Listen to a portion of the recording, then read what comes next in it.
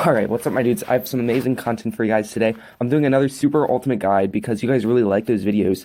And today I'm going to be talking about how to get your hanger to a high level very quickly. And I've actually done this.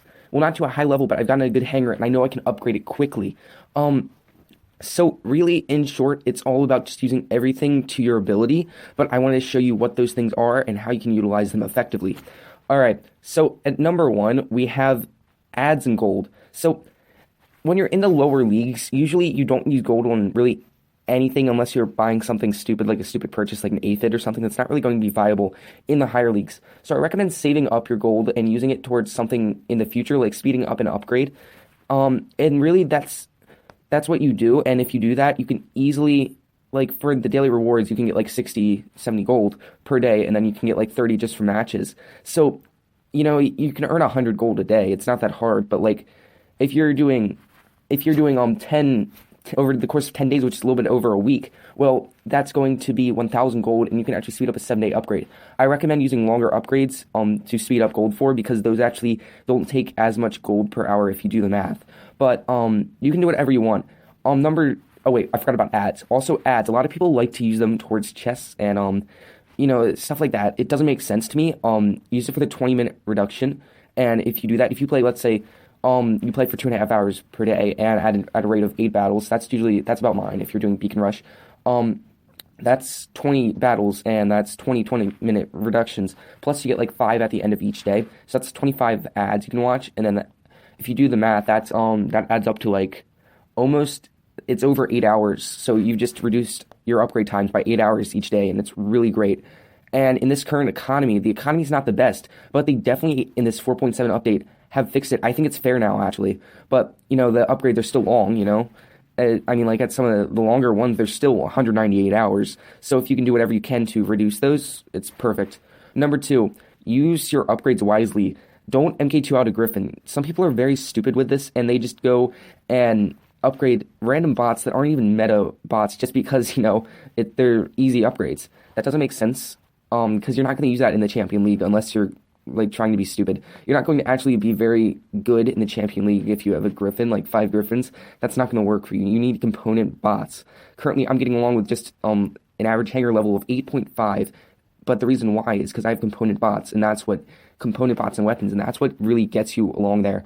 And once you have your dream hanger, which has mostly component weapons and bots and some gold bots and weapons, but like once you do that, you're going to want to upgrade everything you can until eventually you have that really high-level hanger that's going to be very stable. And hopefully this meta is not going to change that much this year, so you're going to have hopefully a lot of time to upgrade before the meta might change, or I hope it never changes again, because this meta currently with the rebalance is really great.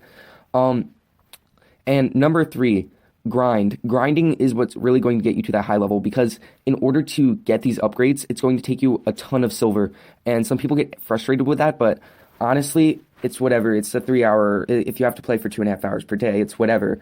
The grinders are going to have the bonus right there. But like when you do that, 2.5 hours is a long time, and some of you might not want to do that. That's fine. But like for those of you that do, grind it out, and you will get there pretty fast with this new economy, because it's like 7-day upgrades, honestly, for some of the level 12 things, which is pretty good in my opinion. Like here I'm actually looking at the website right now, and it literally says for some very high-level, meta-level weapons, it's only 120 hours for the upgrade, like Viper, Chimera, Flux, and it's a little bit longer for like Thermite and Exodus, Ember, and stuff like that on the side. And then the robots, of course, are longer because they are robots. So, also, tanking. I want to address that, because strategic tanking, not just being, oh my god, I hate the little thoughts that go down to literally Silver League with MK2 weapons and kill it down there. No, like, sometimes strategic tanking in the current, like, system of the matchmaking is actually good for you. Like, if you're in a Champion League, it's really hard to get there because you're going up against full MK2. If you want to go down to, lower Master League, that's actually okay, and that's a good idea. I'm probably not going to do that because I'm in a clan that requires you to be in Master 1. But a lot of people do that, and you can get more damage and get more silver rather than being up in the higher leagues, and then suddenly you're getting 300k damage per round, which is horrible. Alright, I don't know what number we're on. We're on number 4, I'm pretty sure, and that's workshops. So what you're going to want to do is figure out, watch YouTube videos, look on the War Robots website and look at these weapons and see, if they're any good, the weapons that you want to get. And if they are, go ahead and make them in the workshop. Also test them out on the test server to make sure, and then go ahead and do it on there. And Workshop 2.0 is a really great thing that came out in 2018. And it's a great way to get new components and bots. I remember before it took me about, I want to say 2 months to get a Vortex, which is not very good. That's a long time. And then after that, I can make Halos and stuff in like 20 days. So definitely always be cooking something in Workshop, even if you have your dream hangar, even if you have your, your Mercuries and your Ares and your Hellburner, always be cooking something, because the meta does change, and sadly I think it changes a little bit too fast than I would like, but you're going to want those weapons when it does change.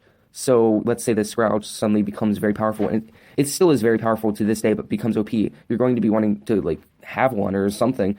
It's just very good for you, and it really helps your hangar. And some higher level clans actually will make you show screenshots of your inventory and stuff like that. And if you have that stuff, they're going to be pretty happy with that, and they might let you into the clan.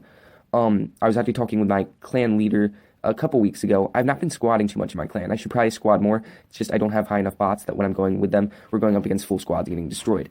But like he was talking about, yeah, you're having fun and all, but like, he's like, I don't want to put people into my clan that have the Griffins. They may be in Champion League, but we're not going to allow them in if they have 5 Griffins, because even if they are MK2, it's just looking at that hangar. They may have a low-level hangar, but like if they have the good bots, then allow them in because they're really good.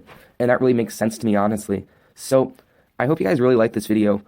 Oh wait, I think I forgot something. Oh my goodness, I forgot. Modules. So modules are probably going to get nerfed soon because they're way too OP and they are really making people angry, but like, don't get modules, honestly.